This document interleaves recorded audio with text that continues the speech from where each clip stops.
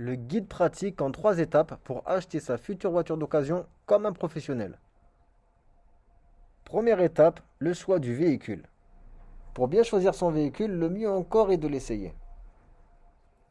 Pour cela, je vous conseille d'établir une liste de véhicules qui rentrent dans vos caractéristiques de recherche, et puis d'aller les essayer. D'accord, peut-être pensez-vous, oui, mais où aller les essayer? Eh bien pour cela, rien de plus simple. Vous avez la possibilité d'aller les essayer chez des revendeurs. Prévoyez quelques jours pour cette première étape qui n'est pas à négliger, croyez-moi. Une fois votre voiture achetée, il sera difficile de faire marche arrière sous prétexte que le véhicule ne vous convient plus. Sachez tout de même que la loi offre aux consommateurs un délai de rétractation de 15 jours et sans condition. Ceci dit, un choix mûrement réfléchi vous évitera de perdre du temps dans ce genre de démarche. Donc pour cette première étape, repérez les professionnels qui auraient les véhicules que vous convoitez et puis allez les essayer. Deuxième étape, l'étude du marché. Ça y est, vous avez fait le choix de votre véhicule. Maintenant, cherchons la bonne affaire.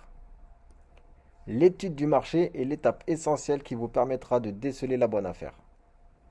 Beaucoup font l'erreur de se baser sur la valeur de l'Argus. Ceci est une grosse erreur car l'Argus donne une offre moyenne sur les véhicules. Je dirais même qu'il s'efforce de fixer la valeur moyenne des véhicules sur le marché. Mais des écarts importants existent continuellement entre l'Argus et la valeur réelle des véhicules sur le marché. Il existe une méthode simple et efficace que tous les professionnels de l'automobile utilisent jusqu'à présent. Cette méthode consiste à effectuer une recherche détaillée du véhicule qui vous intéresse sur le bon coin et dans toute la France, en ajustant les valeurs, marque, modèle, carburant, année, kilométrage et éventuellement le type de boîte de vitesse si ceci est un détail important pour vous. Lancez la recherche et triez les résultats par ordre croissant. À ce moment-là, vous verrez apparaître les premiers prix de France sur le véhicule que vous convoitez. Vous me direz peut-être, mais je n'ai pas l'intention d'aller chercher mon véhicule à l'autre bout de la France. Et je comprends tout à fait, on s'imagine tout de suite les complications que pourrait engendrer un tel voyage.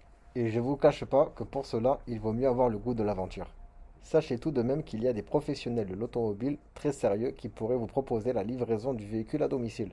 Et cela à moindre frais, je l'ai moi-même déjà fait. Sachez que si vous vous décidez à partir à l'aventure pour aller dénicher votre affaire, vous pouvez demander aux professionnels de vous réserver le véhicule en justifiant de votre billet de train par exemple. Toutefois, je conseille quand même de ne pas vous engager avec n'importe qui. Soyez bien sûr de votre interlocuteur. Renseignez-vous sur ce revendeur en faisant quelques recherches sur lui au préalable. Le mieux serait de trouver une fiche Google le concernant avec une majorité d'avis positifs à son actif. Cela est un gage de confiance sérieux.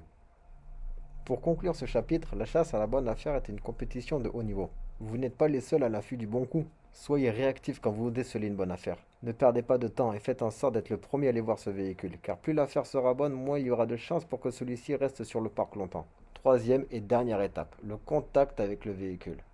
Vous êtes enfin devant une affaire intéressante après tout ce temps passé à chercher la perle rare. Ce ne sera peut-être pas la dernière.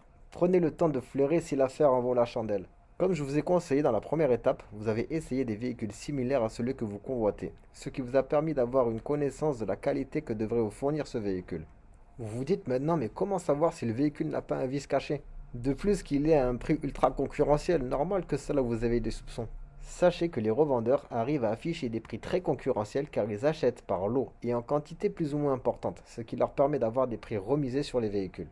Pour que leur commerce tourne, ils doivent revendre leur stock très rapidement. Pour cela, bien souvent, ils prennent des commissions assez faibles, voire même nulles selon l'affaire qu'ils auront négociée. Ceci dit, vous aimeriez savoir maintenant les techniques pour ne pas tomber dans le piège d'un véhicule fatigué. Eh bien, cela est relativement simple.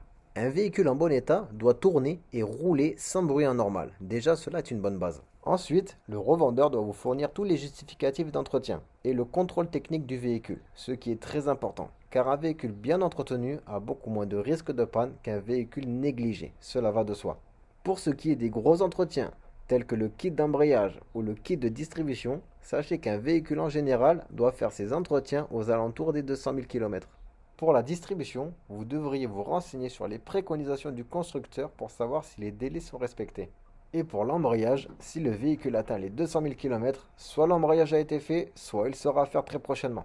D'accord, vous vous dites maintenant, et le moteur dans tout ça? Un moteur en bon état doit être poussiéreux. S'il est tout propre comme neuf, vous devriez demander au vendeur pour quelle raison a-t-il été nettoyé. Après, à vous d'en juger. Si le moteur présente des fuites d'huile ou de liquide, ceci n'est pas bon signe, mis à part les rejets de condensation de la climatisation qui généralement se fait en dessous de l'habitacle du véhicule. Enfin, vous devriez contrôler l'état des liquides, huile moteur et liquide de refroidissement. Si cela présente des anomalies comme de la mayonnaise ou un niveau excessif ou trop bas, cela n'est pas bon signe. Cela peut présager un vice caché ou le manque de sérieux du vendeur. Dans tous les cas, rien de bon. Pour conclure, il est pour moi important de respecter les étapes que je vous ai citées dans l'ordre. Je déconseille de parler négociation au téléphone, surtout si le véhicule est un prix concurrentiel sur le marché. Mais sachez tout de même que tout bon vendeur doit être ouvert à la négociation, alors n'hésitez pas. Voilà, maintenant je vous ai tout expliqué concernant les étapes que j'applique moi-même en tant que professionnel de l'automobile. Vous êtes maintenant en capacité d'acheter votre future voiture comme un vrai professionnel. Au plaisir et à bientôt.